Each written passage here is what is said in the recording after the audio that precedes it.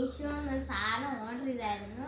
അപ്പൊ ഇതാണ് ഒരു സാധനം, ബുക്കാണ് ഗൈസ്. അപ്പൊ ഗൈസ് നമുക്ക് അൺബോക്സ് ചെയ്യാം. ഗൈസ് ഞാൻ നൈഫൊന്നും എടുത്തില്ല. ഗൈസ് എല്ലാവരും ഓണൊക്കെ അടിച്ച് പൊളിച്ചോ ഗൈസ്. അപ്പൊ ഗൈസ് നമുക്ക് പറഞ്ഞ ഒരു ഡ്രൈവ് ബുക്കാണ് ഗൈസ് വാങ്ങിച്ചിട്ടുള്ളത്. ഇതാണ് ഡ്രൈവ് ബുക്ക്.